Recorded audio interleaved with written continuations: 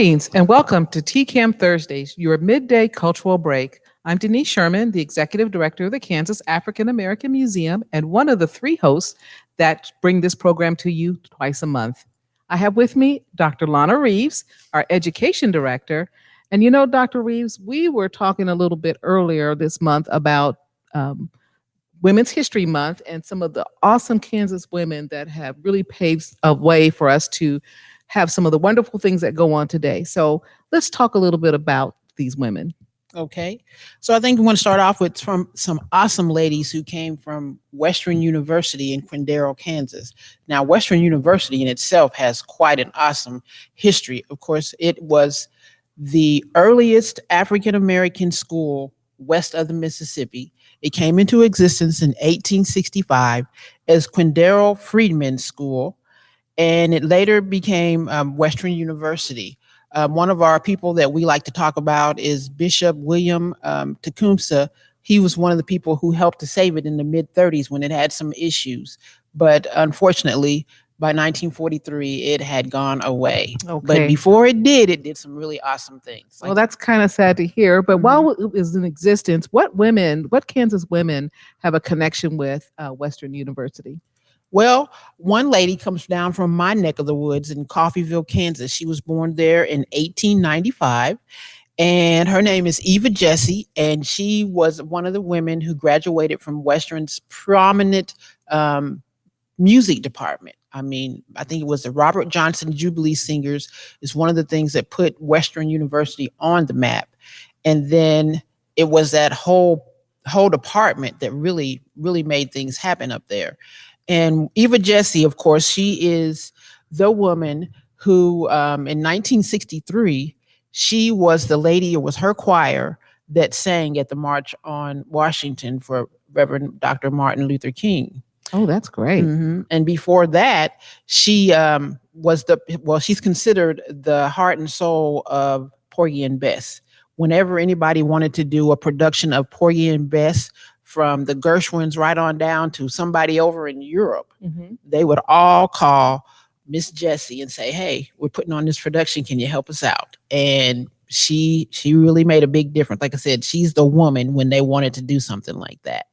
So my understanding is that she had many musical styles. Can you share a little bit about the type of music besides, what she did with Porgy and Bess? Well, she was really into gospel. That was her favorite. Okay. And of course, jazz was kind of born around her lifespan, and she was just a remarkable woman. Right. Who else is affiliated with Western University? Well, there is also Nora Douglas Holt, and she was born in the same year in 1895 up there near Quindaro, Kansas, in Kansas City. And now her family had something to do with the running of Western University. It was her mother, Gracie, who was the matron at the girls' building, because they had dorms even back in the early 1900s, where kids could come or students could come and stay on campus there, which would definitely not be an unusual thing, because usually they came from down south, up north, all over. And of course, they would need a place to stay. And like I said, her mother was the matron at Western University's girls' dorm. And then she went on to graduate from Western University. And then she went on, I think it was up in Ohio, where she got her master's degree. And she was the first African-American woman to receive a master's degree in music. Oh, really? Yes. That's awesome. Mm-hmm. And then she did some pretty awesome things with her music. As a matter of fact, her father was something of a writer. And when her father wrote the words to the school song for Western University, guess who wrote the music?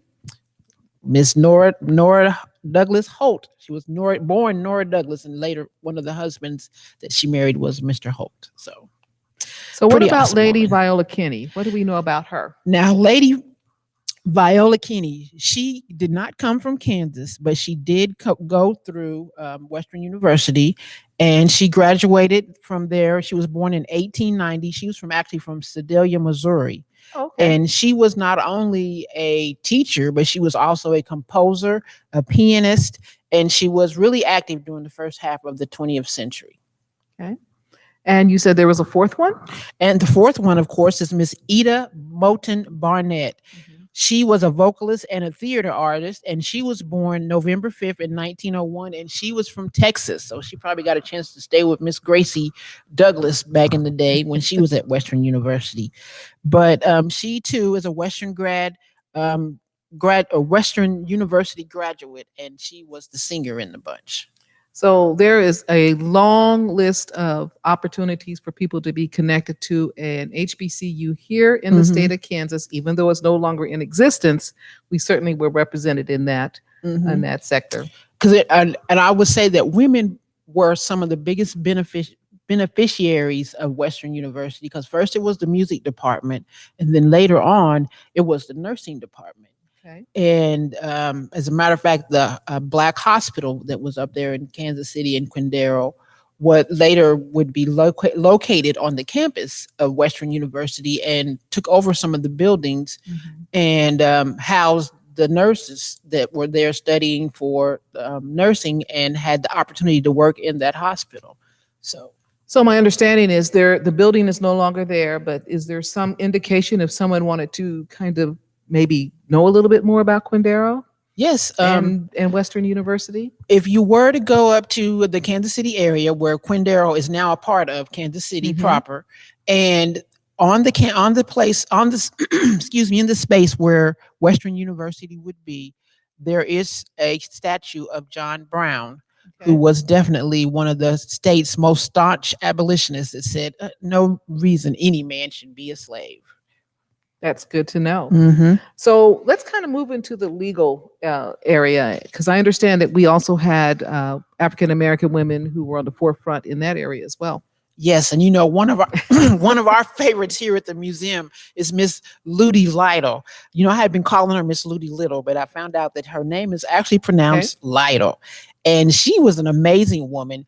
Her family was part of the Exoduster movement. She was Okay. born actually in Tennessee, and they came to Topeka, Kansas, Mhm. where she grew up. As a matter of fact, she graduated from one of the high schools there in Topeka, which she's like one of the heroes there.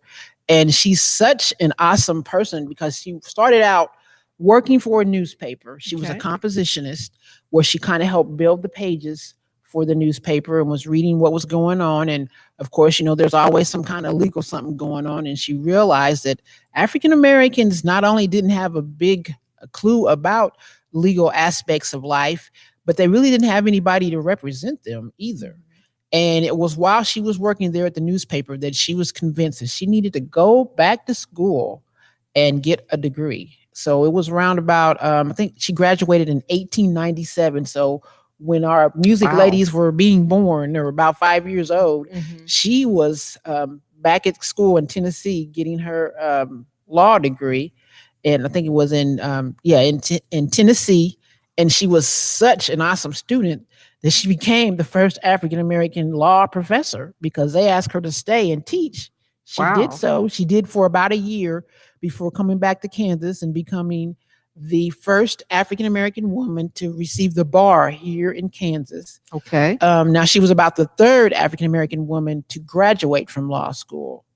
But then, if that wasn't enough, Miss Lytle even went big time on us. She married another lawyer. They moved to New York, and they were like, early 1900s power couple. And they were doing some pretty awesome things out in New York as legal eagles, and actually happened to be part of the founders of the National Bar Association, with which the African American lawyers were a part of. And so, of course, she was the first woman to join that. Wow. That woman was a mover and a shaker. And you were kind of sharing that there's a society that's named after her. Yes, lady lawyers really look up to Miss Lytle, and there's a Ludi Lytle Legal Society. Okay. And all over the country, and even up in Canada. I'm not sure that there's not one over in Europe as well, because like I said, that was an awesome woman. Well, again, as we started out with prominent Kansas African American women who are, making moves and influencing across the nation. I mean, when you talk about being across the world, and even today, that is something. Most definitely. What others do you have that's in the legal field? Well, there is this one lady. Her name is Julia A. Robinson, and she was in the legal field because she is a Kansan, and she is the first African American federal judge here at the district court in Kansas. So she's a contemporary, Yes, she basically. is. So we She go is. from Ludi Lytle to a contemporary who is our first federal judge. Mm-hmm. Yep, she was one of our forerunners. She was just a little bit ahead of us. She was born back in 1957, Uh-huh. and she received her bachelor's degree from Kansas University in 1978.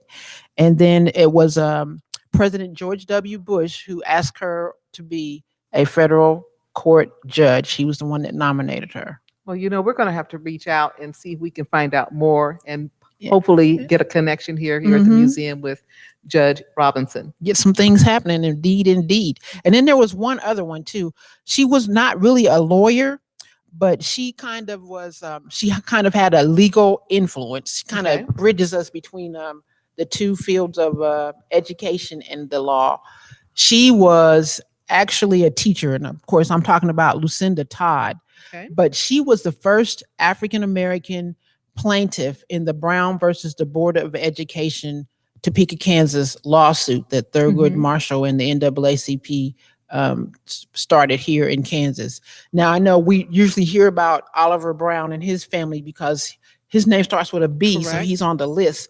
But in reality, Miss Todd was the first person to sign up because she was really anxious about the fact that her daughter, Nancy Lucinda Todd, was not able to go to the school that was right there in the neighborhood, and she had to go way across town in order because she could only go to the black school. They had Mhm. segregated schools there in Topeka.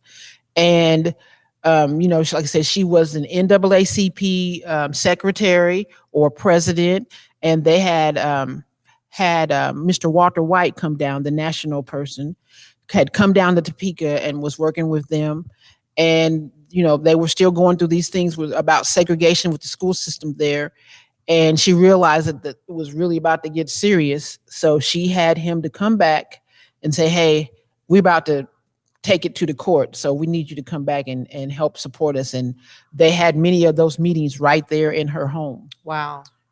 Well, segueing into education, what can you share with us about education and African American women? Oh man, we have again, Yeah. some really awesome African American women. Now, one of them was Mamie L. Williams. Now, she was born in 1894, and she was actually born in Greenwood, South Carolina, but her family moved to the Topeka, Kansas area.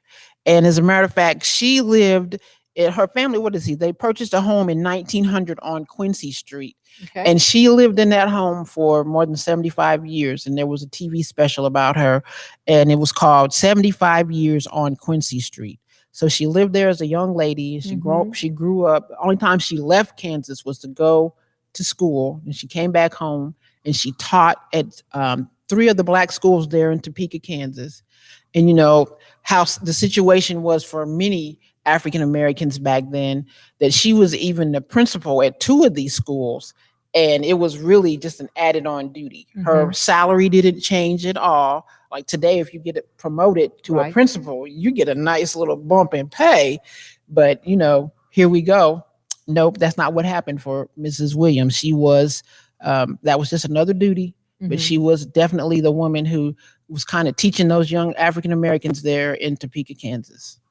So one of the things that you had shared is that when she was at Washburn University, she graduated with honors in mathematics and in German, and she was the only African American student in her graduating class. Yes. Yes, that's amazing. And matter of fact, when she was there, I think there were only 5 African Americans on campus. Wow. So there was one class that had 2, but Mhm. basically her class had just the one.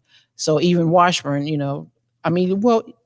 college was just not something that we necessarily did around the turn of the 19th century. And okay. And then what else can you share? Who else would you share with us in education? I'm just thinking of all of the African American educators here, even within our city here in Wichita, that we grew up around, and how they seeded into our lives, how they really helped shape, molded us to be successful adults. And we really should spend more time honoring them because many of them were right there in our community as friends, family, relatives, and certainly took a interest in what we were doing. And so that is, even with our own here at Wichita Public Schools, our own first African American superintendent, and we want to shout out to Dr. Alicia Thompson on that as well. Yep. So there are also two other educators and who are also activists, and that would be Mamie Dillard and Carrie Langston Hughes. And of course, the kind of common thread that they had as activists was that they were featured as the League of Women Voters as African American suffragettes that were involved way back 100 years ago when the right to vote came a reality. And so they were struggling all along to make that happen. But they were also connected there in Topeka, Kansas. Mamie Dillard was a school teacher, and she was the one who taught Langston Hughes. She was his third grade teacher, and she happened to recognize that he had a way with words and encouraged him in his writing. And his mother, of course, Carrie Langston Hughes, also took him to the library where he was further encouraged. And as our Kansas African American History Trail person likes to say, Mr. Ayers likes to say that that's probably where he fell in love with words. But I'm thinking he probably hit his mama's knee and that Miss Dillard's classroom, that they probably had a lot to do with that as well. Because I know Mrs. Dillard taught at 3 of the African American schools there in Topeka, Kansas. And I was explaining that she became the principal at 2 of these schools. Now, one of them includes Monroe, the school that was involved in the Brown versus the Board of Education, Topeka, Kansas. I mean, Brown versus the Board is all over this, but Topeka is all over this as well. But she was the principal at at that school, plus at one of the other schools that she taught at. And being a principal back then was really an added on duty. She did not get any extra pay, and she just took it in her stride and did what she could to make it happen. And of course, her name is Mamie Dillard, and she was born there in actually in Lawrence, Kansas, and died in Lawrence, Kansas, but was a teacher. And that's where Carrie Langston Hughes was at too, was in Lawrence, Kansas. But she did teach for a minute over at Topeka. And then Carrie Langston Hughes, like I said, she too was an activist in the right for women to vote. And of course, her connection right here in the Kansas area. She grew up in Kansas and graduated as a social elite, but was really always out there in the forefront talking to people, to trying to make a difference in people's lives, especially in the lives of women.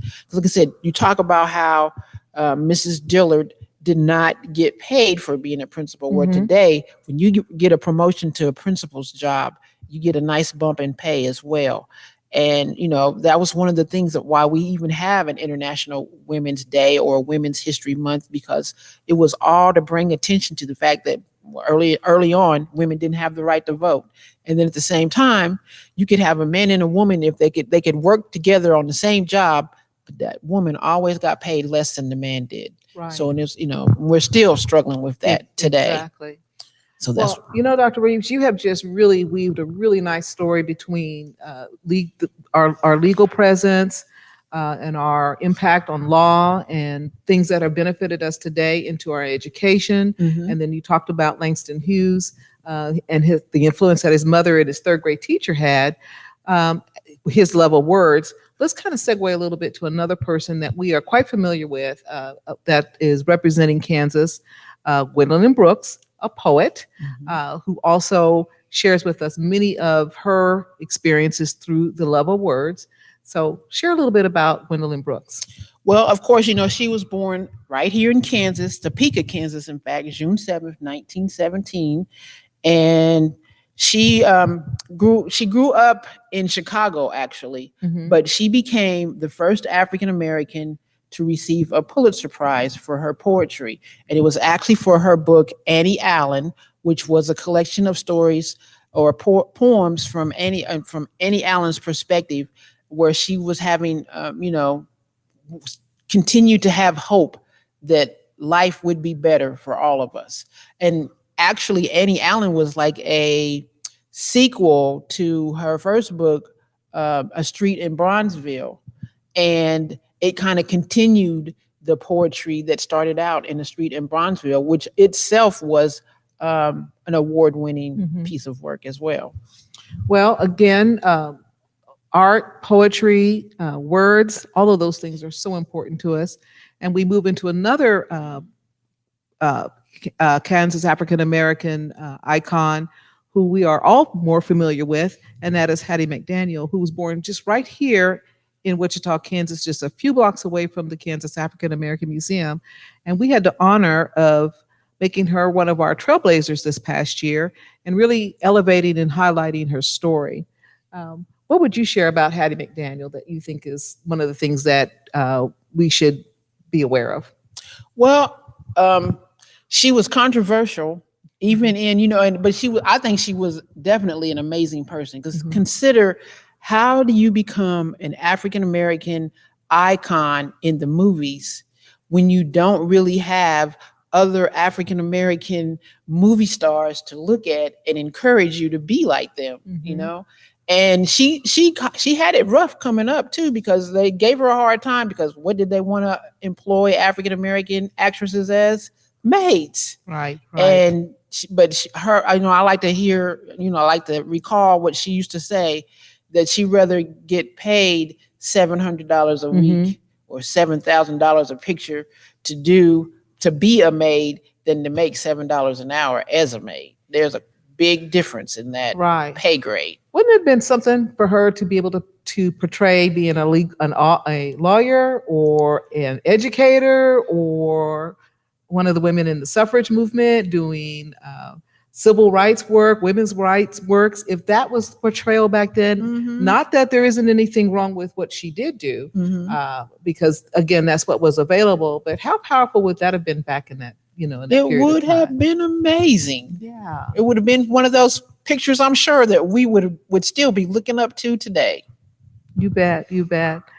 Well, one of the things that we have the honor to do here at the Kansas African American Museum is to tell the story. And so we are so excited that in the next couple of weeks here towards the end of March, we are going to be able to put a historical trail marker at her birthplace, 925 North Wichita, to tell a little bit more about her story, so that people will not only have an understanding of where she came from as far as being here as a Wichita native before moving to Denver, but also her impact across the world. And so with that historical marker, we're going to be able to tell a story, share pictures, and so that you will have a chance to stop by when you can and have a chance to learn more about Hattie McDaniel. That is so awesome. Yeah, we're looking forward to Excited about it. It's been a year in the making, and we also want to thank our supporters and contributors here in the community who wanted to make that happen. And with their donations, they were very instrumental in us getting that done. So stay tuned, and we will have information that we will share towards the end of March, that we will have that erected, and we will celebrate Hattie McDaniel at her birthplace. Talk about celebration. Let's talk a little bit about Lynette Woodard.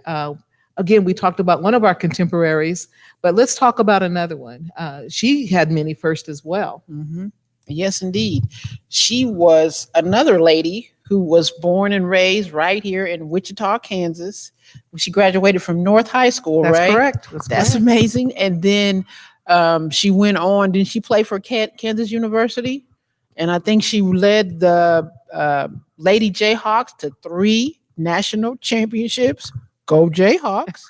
and then she's did some awesome things. She was the first African American lady. She was the first woman, period, to play for the Harlem Globetrotters. Now them boys that she used to beat up on in the days when she was playing in high school definitely had to look up to her and give her major props when she was out there playing with the Harlem Globetrotters. Imagine that. Well, we are just so excited to not only share women past history, but also those that are making history today. And today's segment, we couldn't possibly cover all the women that are out there doing a lot of firsts. There's many, many more, but wanted to give you a glimpse of a few. that we would be able to share with you today. Dr. Reeves, we talked a little bit about some early civil rights work, I believe, and you made some references of some of the risk and some of the rewards that happen as far as women stepping up and stepping out and moving forward. Let's talk just a little bit about one lady who was not necessarily from Kansas, but we do want to highlight her today because she was the forerunner, as many of these women were, to a very significant event. And with that, there will be an opportunity for you to learn more about her as well. So let me just hand that off to you and share a little bit about Claudette Colvin. All righty. Claudette Colvin, she was one of those awesome young people who made a difference. She, like Rosa Parks, made a difference, or should we say, stood up by sitting down. She refused to give up her seat on the bus. And she was only 15 years old at the time. So she's one of the, actually, she is the youngest on the, I think it was her and three other women who were involved in a case before the Rosa Parks incident, even. And that's the one we normally hear about when it comes to the boycott, is Rosa Parks. Right. And I think the big difference between Claudette Colvin and Rosa Parks is that Rosa Parks realized that because they had dropped the charges against her for refusing to give up her seat, but because she resisted arrest, that's what they were still charging her with. So Rosa Parks, when she refused to give up her seat, did not resist arrest. So the only thing they could charge her with was the segregation rule. And so that was why her case was important as well. But it was her, and I think it was another teenager. She was 18 years old. And then the oldest on the group was 77 of the four ladies.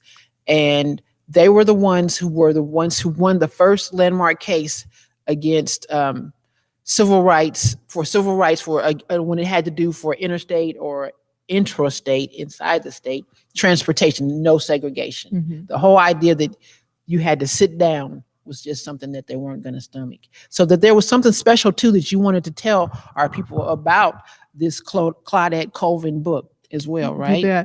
Well, one of the things I wanted to highlight during this month is that not only do we have African American women from Kansas who, took up the cause or championed a cause or the challenge to make things different and better, even though it may have been a hardship for them. There are others that lead into that may not get as the notoriety or may not be as familiar. And so we wanted to give a nice contrast today of women who are in areas that allowed us to really benefit with some of the things that are happening today. But we have a partner with Storytime Village, Miss Priska Barnes, and she is generously allowing us to share this information and story about Claudette Colvin. And we have books here at the Kansas African American Museum. If you would like to have a copy of this and learn more about her influence in the busing, her influence with the movement, we certainly would love to share that with you. So you can stop by the Kansas African American Museum and pick up your free copy, as long as we have copies here in the next couple of weeks. She said free, okay? Just got to come to the museum. Well, Dr. Reeves, we covered quite a bit today. And you know what?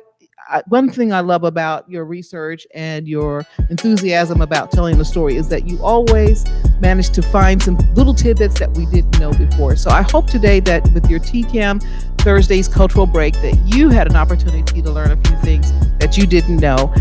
We want to continue to share this information with you, and we hope that you tune in every first and third Thursday to hear more. And we want to thank our sponsors, which are Evergy, Cox Business, and CapFed, for supporting us in this effort. Dr. Reeves? Thank you for tuning in. See you in April. All right. Thank you.